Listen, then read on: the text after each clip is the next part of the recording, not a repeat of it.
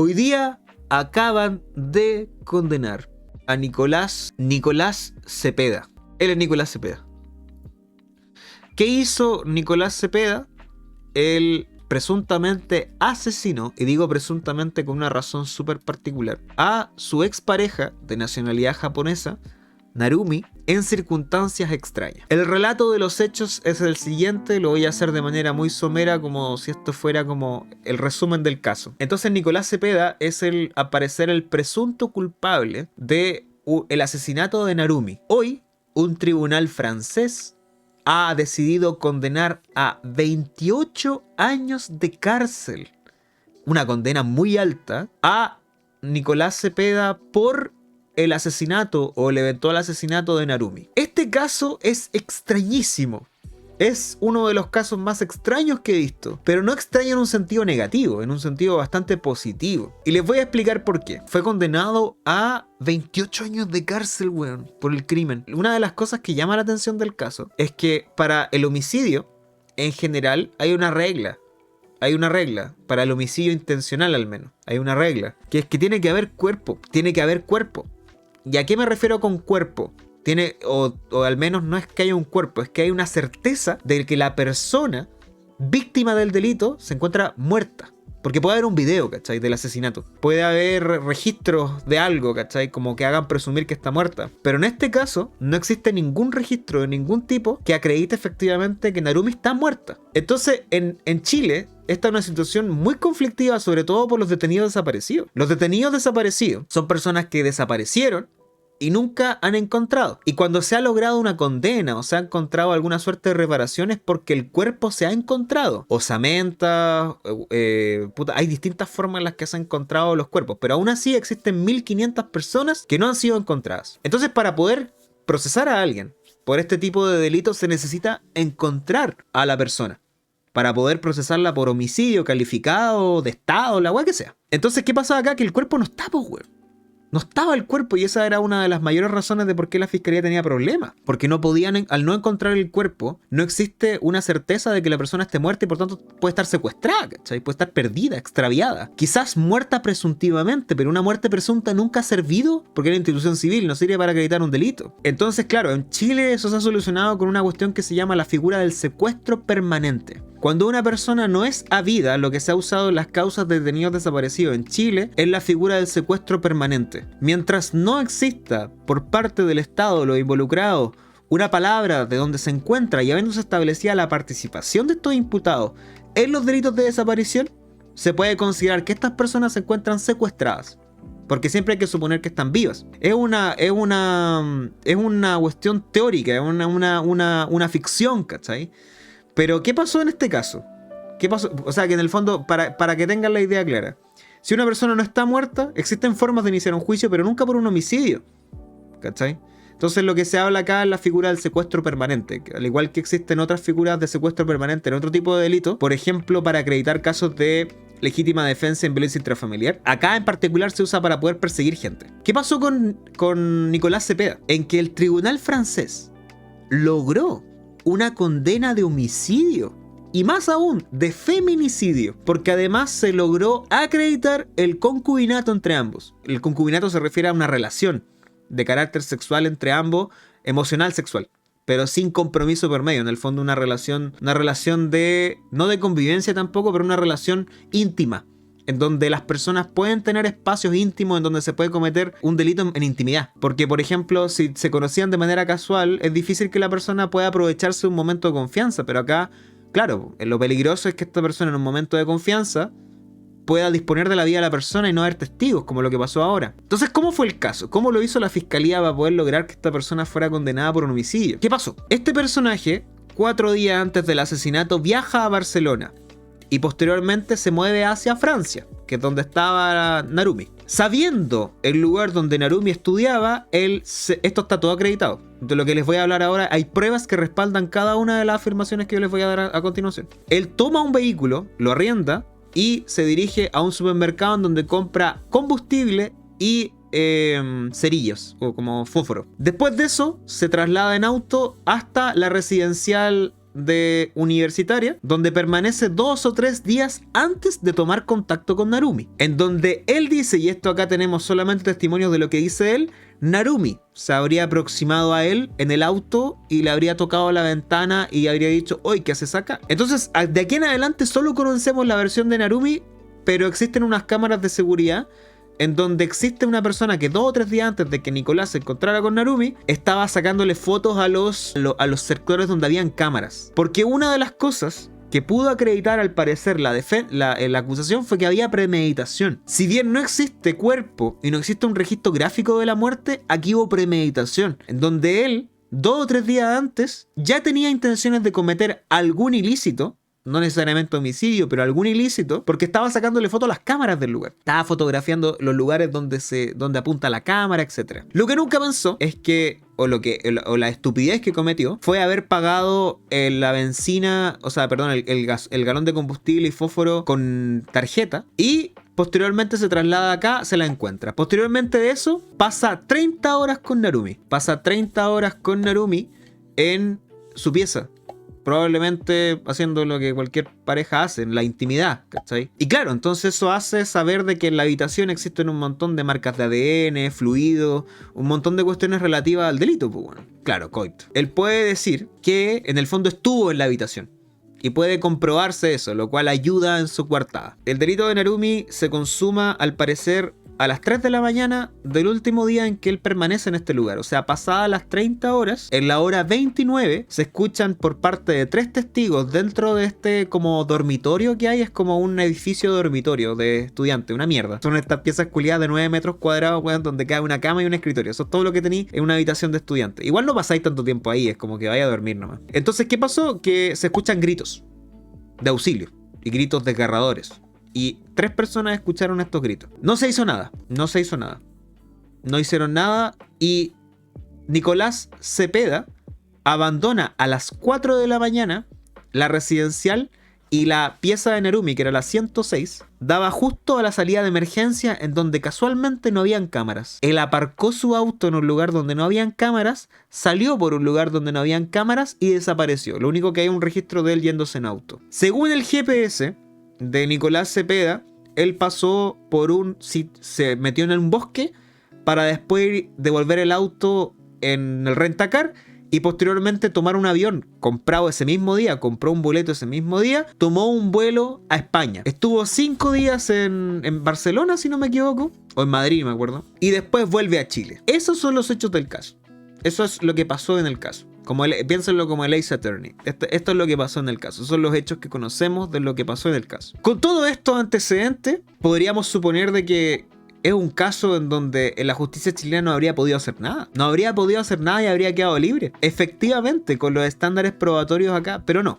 La justicia francesa logró una condena con ciertas pruebas que fueron decidoras. Les voy a contar 2 pruebas que fueron decidoras en este caso.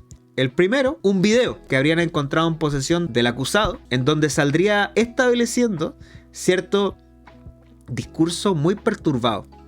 Es un enfermo, o sea, de verdad, o sea, es una persona perturbada, se nota. Onda, no soy ningún psicólogo en la materia, pero ese weón estaba hablándole como a la cámara. Yo creo que aquí hay algo extraño con él. Y de hecho hay un peritaje psicológico que salió después, que es una persona manipuladora, perturbada, y que siempre está como tratando de llegar más arriba. O sea, tiene un complejo de inferioridad súper alto. Y esa es una de las hipótesis de cuál se estaba barajando. En el fondo lo que pudieron establecer en Francia es que esto fue producto de que el weón era un obsesivo. Un obsesivo que no podía perder. Y probablemente frente a una humillación no podía quedarse tranquilo y tuvo que viajar al otro lado del globo, weón. 16.000 kilómetros para cometer el delito. 16.000 kilómetros y solamente fue a eso y se devolvió. Tuvo 5 días en España, pero eso fue posterior al delito. Entonces fue como, weón, ¿qué está pasando acá? ¿Por qué una persona va a tomar ese viaje? ¿Por qué una persona casualmente se va a encontrar a su ex en un mundo tan grande, weón? Donde supuestamente él dijo que iba a estudiar, iba a buscar posibilidades para estudiar y no habló con nadie allá. No habló con ni una autoridad, weón. Según tengo entendido, porque eso no está en el expediente del caso. Y lo segundo, y que es lo más macabro de todo, es que al parecer Nicolás Cepeda tendría un amigo, un primo o alguien de relación que él, en donde se pudo recuperar una conversación en donde le preguntaba cuánto demoraba en morir una persona por estrangulamiento. cuánto lograba o en cuánto tiempo moriría una persona estrangulada. Ustedes saben que el índice, el arma del delito, en los casos de femicidio, en general, se cometen con las manos. Porque casi siempre un hombre matando a una mujer, pues. Entonces la superioridad física es evidente. Y por alguna razón, los hombres que asesinan mujeres son personas que prefieren usar las manos. No se encontraron rastros de ADN de sangre en la habitación, ni tampoco se encontraron rastros de ADN en ningún lugar. Entonces haría suponer todo esto en la mente de los juzgadores. Los interrogatorios son brutales, donde yo nunca había visto un interrogatorio francés, de derecho francés. Quedé completamente impactado con la genialidad o de oratoria, weón, del fiscal francés. Onda, es increíble. El nivel de litigación es impresionante. Y bien teatral, ¿cachai? Como conduciendo la emotividad de Nicolás Cepeda al punto en donde lo quebraron. Gente, lo quebraron en el juicio, lo quebraron. Lo rompieron, una persona que estaba... Lo quebraron. Y se puso a decir, yo no la maté. Yo no la maté. ¿Tú cachai que nadie sabe si Narumi está muerto? Y ahí es donde se cayó. Ahí es donde el fiscal le hizo saber que se cayó. Estamos investigando a una persona desaparecida y te estamos enjuiciando por homicidio, pero en ningún momento se ha establecido que Narumi esté efectivamente muerta. ¿Cómo sabes que está muerta? Cuando sueñas con ella, ¿está muerta o está viva? Y así, weón. Impresionante. Bueno, y al día de hoy es el único imputado. No hay más imputados. Ese es el caso, weón. Ese es el caso y lo encontré desde el punto de vista del derecho muy interesante, porque establece un precedente en donde podemos perseguir este tipo de delitos que se cometen en la impunidad de una alcoba y que tienen el carácter de cometerse contra las mujeres con ciertos estándares probatorios, pues. Entonces el tribunal pudo afirmar, más allá de toda duda razonable, de que efectivamente esta persona planificó un delito y lo cometió. Ahora, se esperaba que le dieran entre 30 y 35 años, pero le dieron 28. Probablemente van a apelar. Pero lo que dijo la abogada de Nicolás Cepeda, y esto es lo más trágico de todo, es que independiente de lo que pase, Nicolás no va a confesar. ¿Qué va a pasar en esto procesalmente hablando según estaban cachando? Probablemente va a apelar. Y probablemente quizás le puedan dar una condena menor o mayor, no se sabe. De repente pueden hacer de nuevo el juicio. O sea, no le pueden dar una condena mayor. Porque no, por ley penal más o menos hay un consenso general en los países de Occidente en donde si te condenaron a 28 años y apelas no te pueden dar más que eso, te pueden dar menos o te pueden dar lo mismo, pero no te pueden dar más porque va contra los principios del proceso penal. Pero lo último que les voy a contar de esto es que la estrategia, la abogada defensora de Nicolás Cepeda dijo que independiente del resultado del juicio, Nicolás no va a confesar.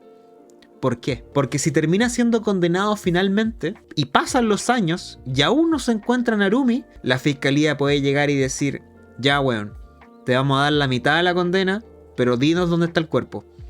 Dinos dónde está la joven. Y ahí, si el weón confiesa, probablemente se pueda pedir una reducción de la condena. Esa va a ser la estrategia. Macabro, pues weón. Macabro les voy a decir. Y así es el caso de Narumi. Así el caso del asesinato de Narumi. Para que él viniera a cumplir condena a Chile tendría que haber un tratado, o al menos tendría que seguirse el proceso en virtud del cual se convalida la condena acá. Ahora, es una estrategia venir a cumplir la condena a Chile, porque estáis más cerca de tu gente y porque podéis lograr efectivamente de que pase. Ahora, a él lo extraditaron, si no me equivoco, ¿no? A él lo mandaron a pedir desde Francia, a través del tribunal francés. No tenemos tratado de extradición con Francia, no lo tenemos. Y aún así, el tribunal francés o el fiscal francés logró que lo trajeran a Francia, weón, para condenarlo. Lo sacaron de acá, no habiendo tratados internacionales en la materia, siguiendo el proceso arcaico. Llegó el fiscal francés, dedujo un recurso quizá ante la Corte de Apelaciones correspondiente y ordenó que se pusiera en disposición de la justicia francesa este weón acá. No me acuerdo si fue Corte Suprema o Corte de Apelaciones. Pero, weón, ese proceso es una cuestión que depende de Francia, weón.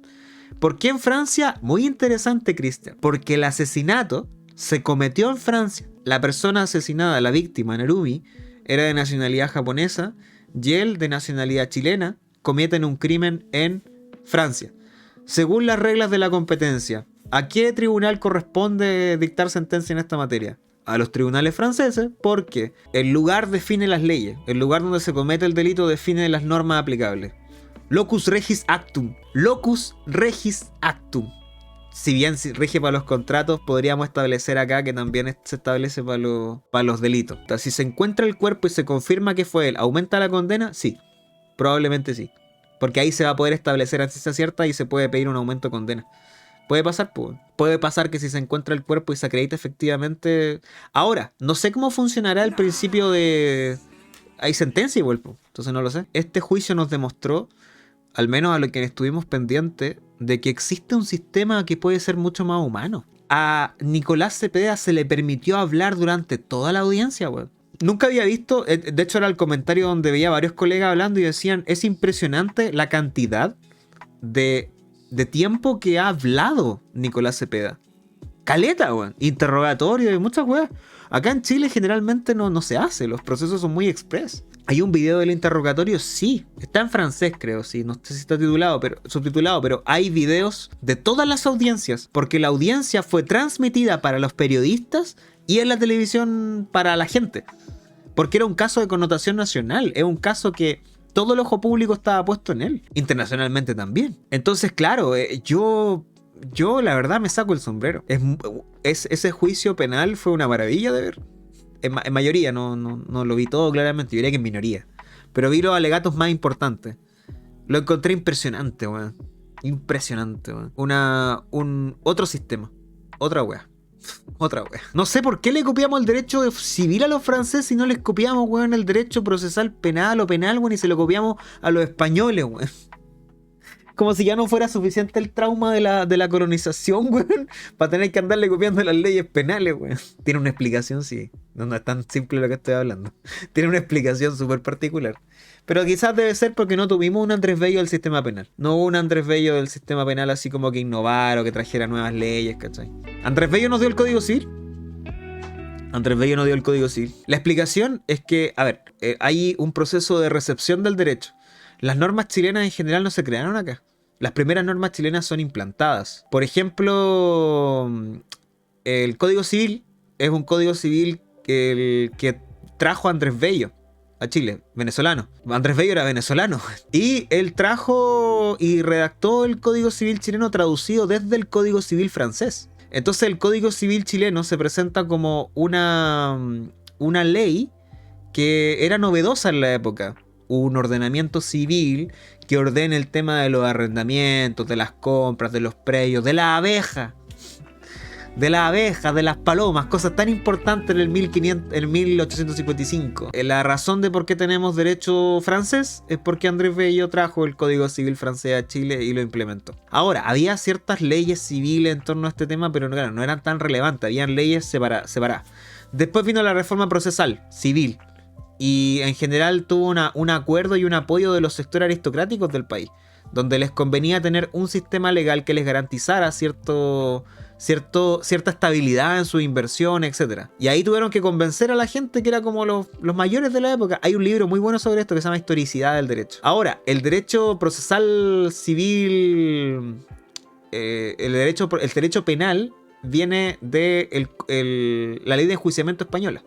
De ahí vienen las instituciones del derecho de procedimiento penal, el juez inquisidor y las normas, etc. Después se modificó, 100 años después se modificó y el 2005 tenemos la reforma procesal penal, que es el nuevo sistema penal. Pero en general eso es como el proceso de recepción. La historia del derecho y la historicidad, bueno, la historia más que nada, te explica cómo desde Roma llega el derecho a Chile, weón. Un derecho que viaja casi 2000 años. Desde que a un romano se le ocurrió, esto se llama arrendamiento, hasta llegar acá, a Chile, weón. Y el derecho estudia como todo el viaje que tienen el derecho y las leyes, pasando por distintos países hasta llegar al país propio. Esa es la historia del derecho. Pero lo que yo estoy hablando es historicidad, que además de la historia considera los motivos y las razones de esto, una perspectiva más crítica de la historia. Súper bueno, weón. Otro hecho del caso de Narumi que es súper interesante, considerando las circunstancias del delito, Nicolás Cepeda se hizo pasar por Narumi. Pidió a unos amigos traducir unos mensajes a japonés. También se estableció eso, donde decía como me fui de viaje con mi pololo nuevo y la wea. Entonces él estaba enterado también de que Narumi tenía una nueva relación. No sé, esta weá se vuelve siniestra. Yo creo que también Narumi era una persona que, claro, nunca pensó que se iba a ver expuesta a un homicidio, pues, weón. Porque no, según tengo entendido, no pidió ayuda, no hubo nada que diera a entender de que habían señales previas, ¿cachai? O sea, claramente este weón era un obsesivo. Pero creo que todos tenemos una idea de que uno nunca piensa que se va a ver expuesto a esta weá, pues, weón. Te puede pasar por la cabeza en algún momento de tu vida, pero para poder haberlo invitado a su casa, a su dormitorio de 9 metros cuadrados, es porque se hace suponer una relación íntima entre ambos. O sea, que había confianza. O sea, que este weón, yo creo que este weón le dio un... yo creo que el weón, al escucharlo, tú podéis pensar que tiene como una suerte de sinceridad. Y creo que esa sinceridad es porque el weón hasta el día de hoy no se representa qué weá pasó. Yo creo que este weón debe haber entrado en un estado como de despersonalización, de realización. El weón debe haberse vuelto un maniático, un loco. Y debe haber asesinado a Narumi de la forma en la que nosotros podemos estipular. Y por eso, claro, él debe decir, no fui yo. Veo convicciones, yo esto ya tiene que ver con temas narrativos, bueno, pero yo creo que hay tanta convicción en que él dice como, no fui yo, en que todavía, al día de hoy, ese weón no puede creer que haya sido él, por las circunstancias en las que se dio el delito. No, yo creo que él estaba consciente, lo que pasa es que yo creo que nunca cachó cómo se enfrentó a la situación. Debe haber sido un ataque de ira. Tiene todo el perfil. Tiene todo el perfil de un ataque de ira. Así que eso.